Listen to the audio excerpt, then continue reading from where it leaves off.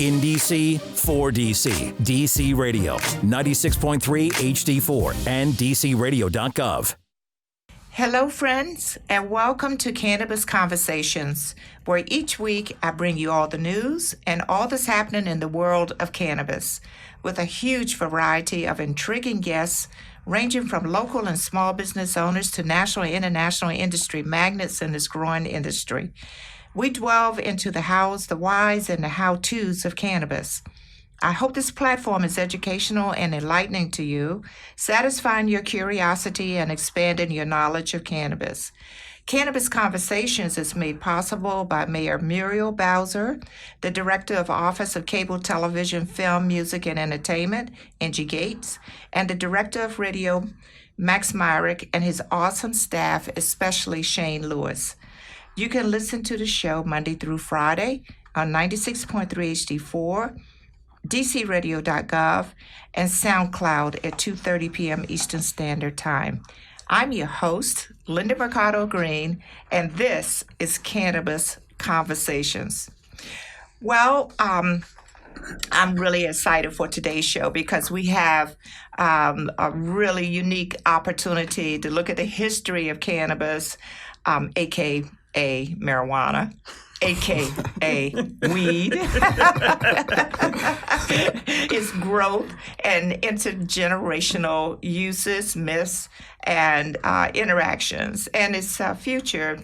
And with my two special guests today, this is truly unique. And it's such an honor to have both of you all here.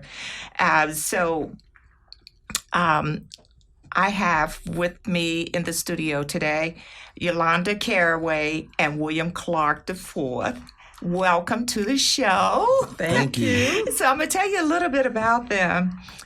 Yolanda is perhaps one of the most modest people I've ever met in my life when it comes to her achievements and her career. But first of all, I'm going to start off to say that we've been very best friends for 35 years? Yeah. About 35 years. Yeah. Pretty much. It's unbelievable. And now we're in business together, finally. She's a nationally recognized public relations and public affairs strategist for over 30 years, nationally and internationally. She is a sought-out political strategist, and I mean from presidential candidates to the who's who in politics around the world. Yolanda is a longtime National Democratic Party coordinator, and she's a former chief of staff of the National Rainbow Coalition under the leadership of our good friend, Reverend Jesse Jackson. She played a pivotal role in the election of the late Secretary of Commerce, Ron Brown, to chair the Democratic National Committee. What a historic event. And he was the first African American to do so, a very personal friend of both of ours. And later becoming his senior advisor at party headquarters and managed the site selection process for the 1992 Democratic National Convention. That's a heavyweight. And she managed the backstage and podium operations for the Democratic National Convention in 2008. History again. The Caraway Group, Yolanda's company, has worked with many well-known Fortune 500 companies, nonprofit organizations, government agencies, and very high-profile individuals I'm just going to rattle off a few names, but Apple, Microsoft, Google, Airbnb, AT&T, MGM Arise, Mitsubishi, and Texaco, and of course the Congressional Black Caucus Foundation, the Congressional Hispanic Caucus, U.S. Department of Commerce, and just too many more to name. And the show will be over in a minute. Yeah, exactly. No, but I have to promote my partner here, and she's also just elected to the board of Emily's List, which I just found out. Yes. Yolanda is a member of the Cannabis Trade Federation's Diversity, Equity, and Inclusion Task Force that I chair. She is a co-author of book named For Colored Girls Who Have Considered Politics, along with Donna Brazile, Leah Daughtry, and Mignon Moore. And they received the 2019 NAACP Image Award for the literary nonfiction section. And she is the co-founder and board secretary for Anacostia Organics. She's an excellent cook and hostess. And she's my girl. She's my girl. And so Will Clark is my assistant general manager at the Anacostia Organics. His stage name, professional name, he goes by Fresh Ingredient, and we're going to let you talk about that. Okay. He's a self-taught photographer and photojournalist representing celebrity figures, and not only is he the assistant general manager, he's handling our marketing and social media at Anacostia Organics. Will discovered photography at Dillon University while he was battling depression. We want to hear about that too. But he's extremely knowledgeable of the cannabis plant and its medicinal benefits. He can just rattle it off, and it's been so beneficial to our patients and helping them get the right medications for their illnesses.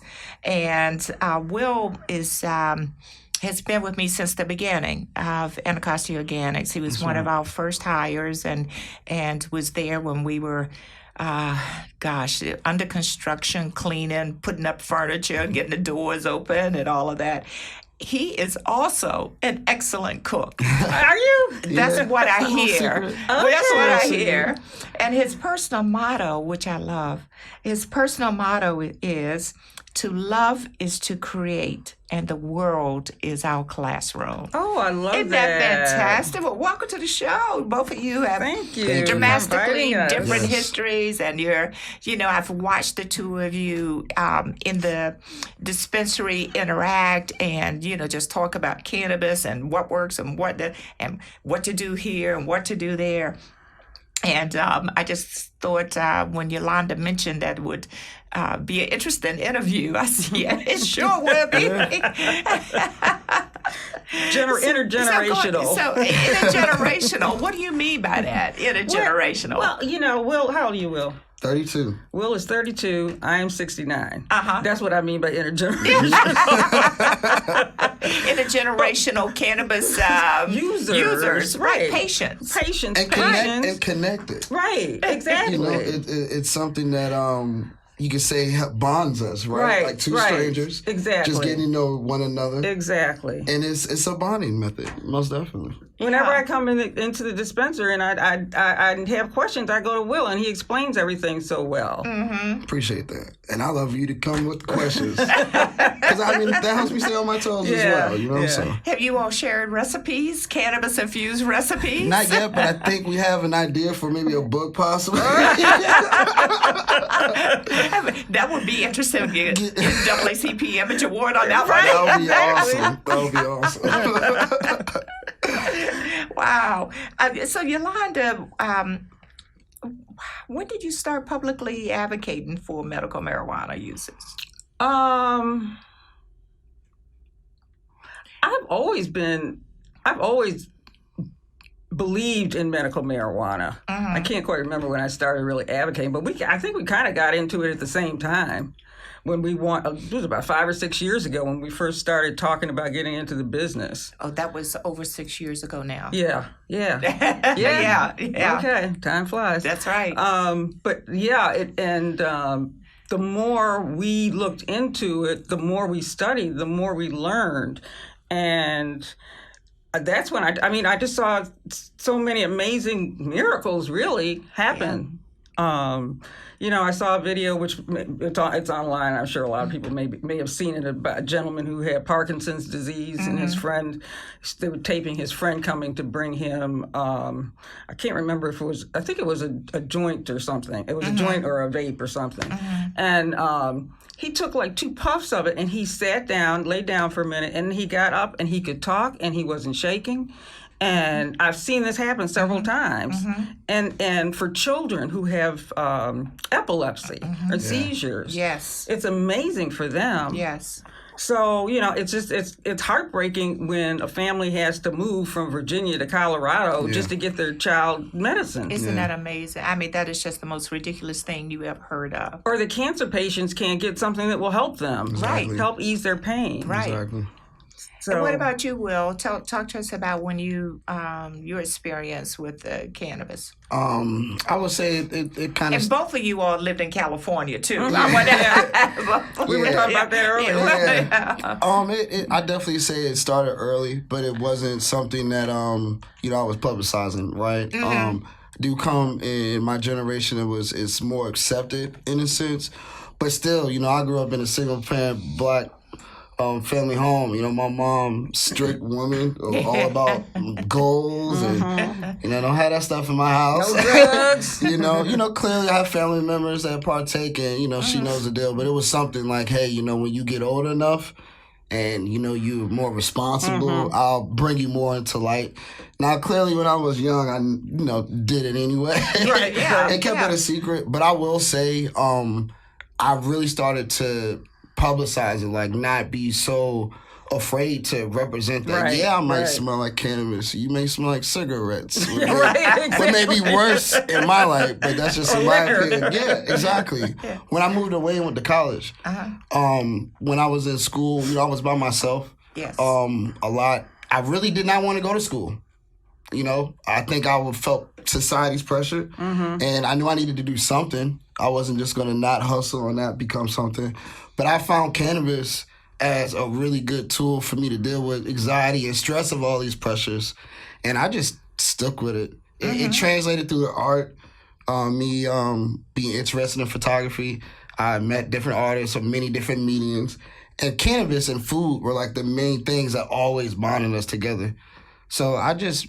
something I was never afraid to tell people. It sounds like a future business opportunity for you. I know a lot of restaurants, resorts, wellness centers, and particularly in Washington State, Oregon, California, and in that area really popping up that are being very successful.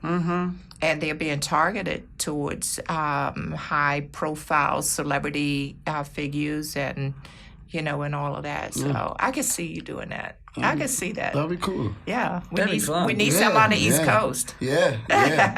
And I feel like to represent it right. Yeah. Yeah. So,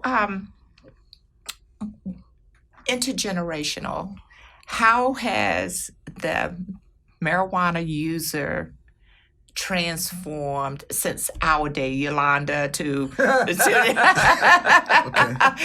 of using back in the 60s and to now where it's more acceptable. It's funny because, yes, we did. 60s and 70s. That's right, we did. We used it. Yeah. But then when we grew up and we got married and we had kids, we stopped doing that. We didn't do it anymore. Right. No more. But now it's back and the kids are gone and grown, so...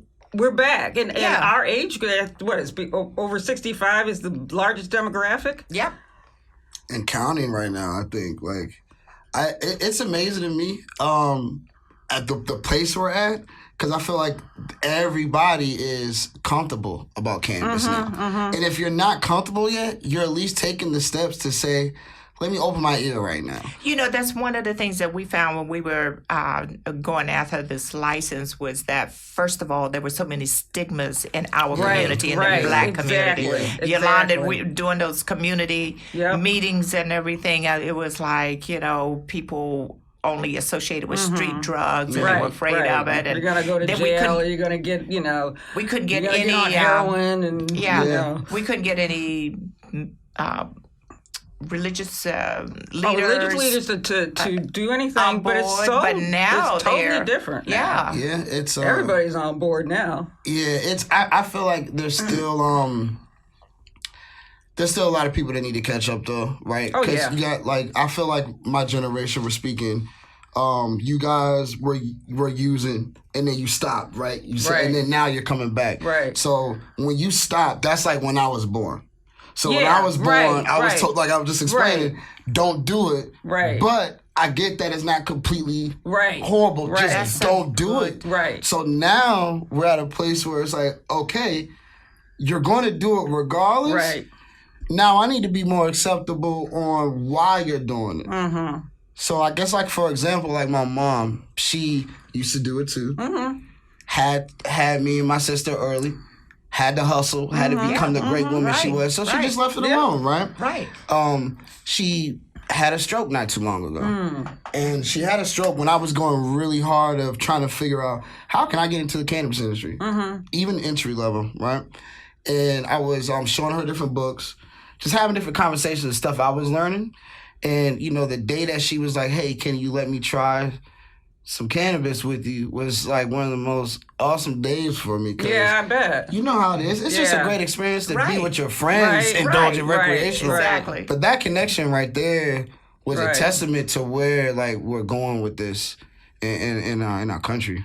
Really. And has it helped her? It helped it. It's helping it drastically. That's drastically. excellent. That's good. It's clearly, you know, I'm not a doctor, so I'm not gonna say it did X, Y, and Z. Right. But we can. You can see the difference. We can note her moods were drastically better. Even the way her body, I guess, was responding in physical therapy. Right? Wow. Like, clearly she had She's to do probably more physical flexible. And Exactly. Not as tense. And you know, that's something we really don't think about. Yeah. Well, I started back probably about 10 years ago, and I had been taking Ambien. I had to, you know, going through menopause and all that stuff. I had really bad insomnia. And I feel like I didn't sleep for like 5 years. I remember that. And I started taking Ambien, and I was using Ambien. I used it for like probably every night for almost 10 years. And I said, I shouldn't be doing this. This cannot be good for me. Yeah.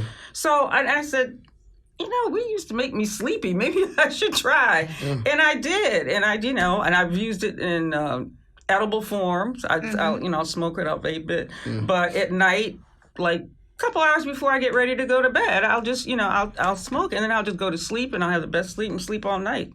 A peaceful sleep. Peaceful sleep. But it's very peaceful sleep. Yeah. I don't have bad dreams anymore. Right. I used to have terrible nightmares. I don't have bad dreams anymore at all. So great. Yeah, that's great. So let's get a little bit technical since you're here, Will, about the CBD craze and and the difference between the CBD stores and the CBD craze and the medical marijuana that we have with CBD. Yeah. So can you elaborate on that some? Well, clearly, CBD is more available right now. But people have to understand, you need a good amount of THC and CBD together for it to work properly and actively in our body, for its best performance. There's a lot of companies out here right now, businesses, they're crashing in on the CBD market in a sense because there's loopholes that you don't have to jump into with the cannabis market. It's almost like I'm not going to say it's easy because I haven't tried it myself, but I am seeing CBD companies with 0.0 something percent of CBD, and they're marketing it to individuals like they need to, like what CBD helps, but they're not getting the actual proper product. And the difference is regulation. Yeah, there's not. And that's bad because that's sending off the wrong information. Right. With I feel like all of this is with cannabis is about knowledge, right? Just like with foods, right? Like if we don't have the knowledge on what to eat and how to eat, we're gonna go about things the wrong way. So I feel like it's a wrong message with the regulation being the way it is, with it not being any. But that's the great thing about the legal market, right? Being able to come to Anacostia Organics with your medical cannabis card, you're dealing with tested, regulated process that go through these checks and balances. Quality control. You want that if you're putting that in your body. Right. And then that's one of the things I don't know why it can say CBD labeling on it you don't know what you're don't know getting. what it You don't know You what don't it know is. whether it's just olive oil or what and that's frightening. You know, I've not found any of the ones that don't have THC in it to work, really. I haven't even used any it's of almost those. like, what is it, click on placebos? Yeah, right? It's almost like... I've had a couple of topical ones that were pretty good. Mm-hmm. Yeah, but the gummies and other stuff. For some reason, when I see those, I just feel like it's old duels. Like, what's the point of drinking it if it's, if it's not the real thing, right? That's just my opinion. So, Exactly. What's the point of going through all that? Exactly. So, For nothing, really. exactly. But the other thing I was going to say go on. is it's helped me with, I do suffer from anxiety and depression. And I have taken medication for a long time. But it helps me a lot because sometimes I notice that I'll still get a little anxious. And it really helps just calm you just a little bit. And it doesn't not even enough to really get you high, but just enough to really kind of settle your nerves. Yeah, CBD is great for that. For the individuals who are curious about CBD versus THC, CBD doesn't really give you that psycho reaction, your cerebral sensations. So that could be your paranoia. That could be you're a little too goofy. All the things that people normally associate with the word maybe high or being stoned that you maybe get opposed to.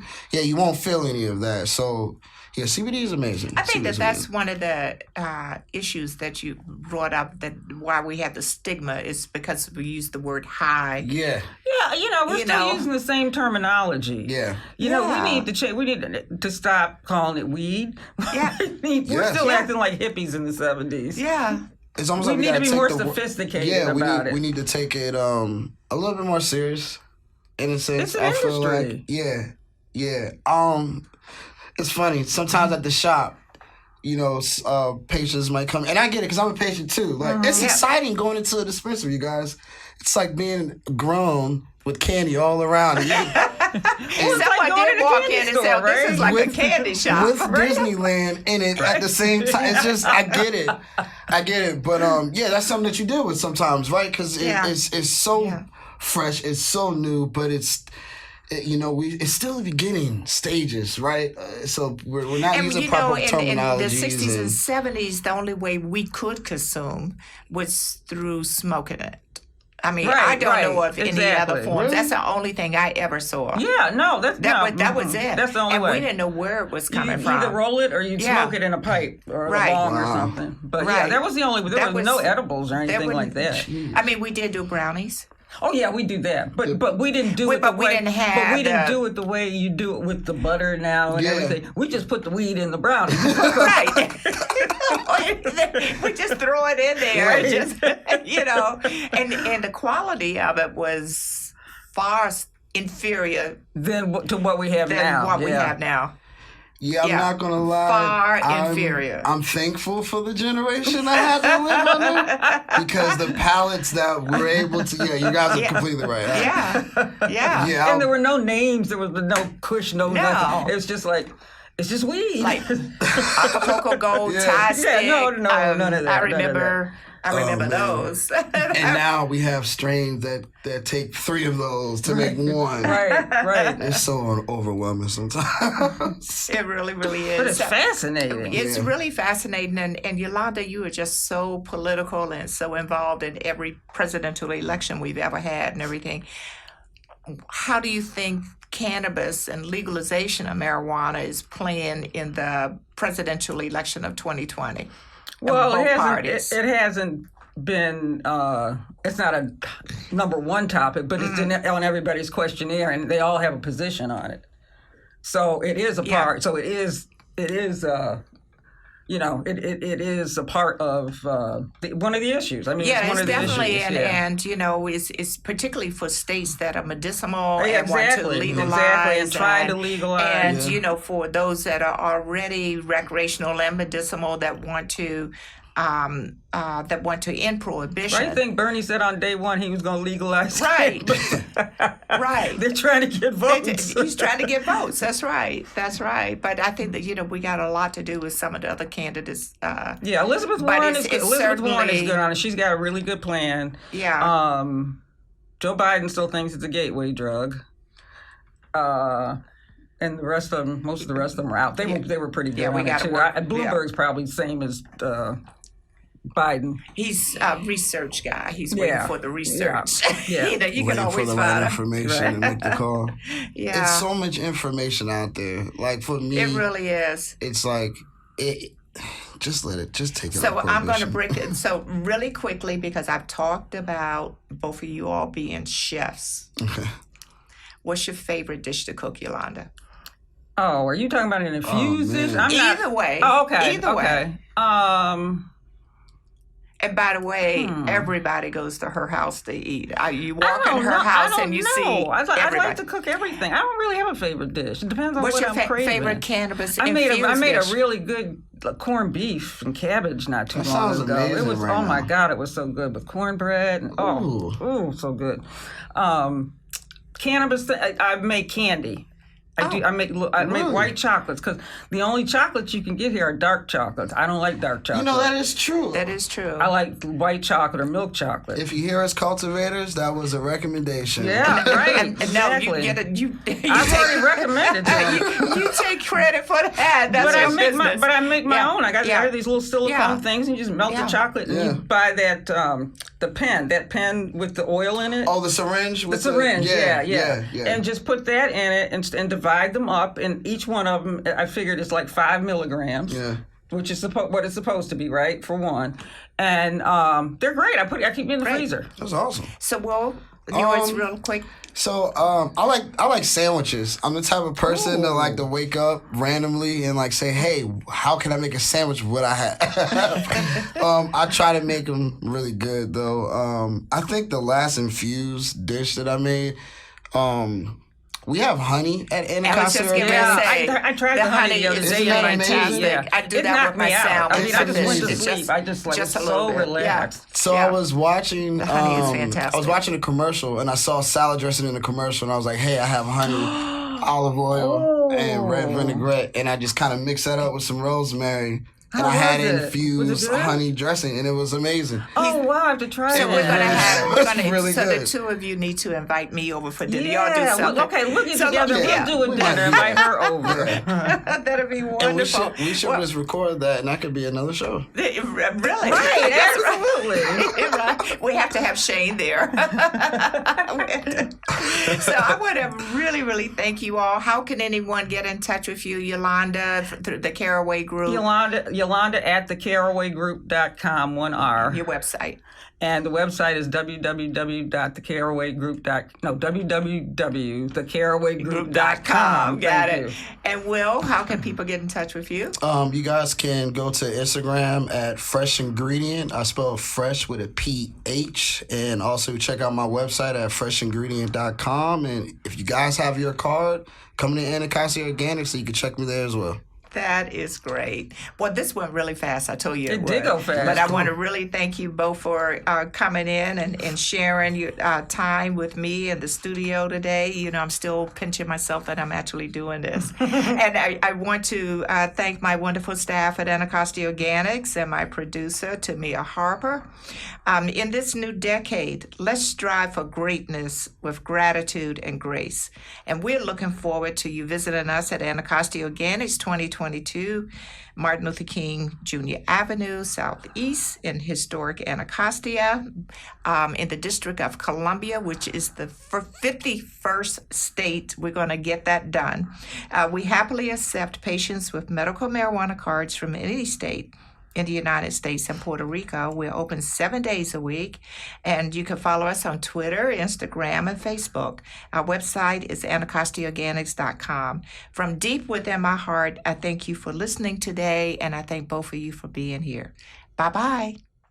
In DC, for DC, DC Radio, 96.3 HD4, and DCRadio.gov.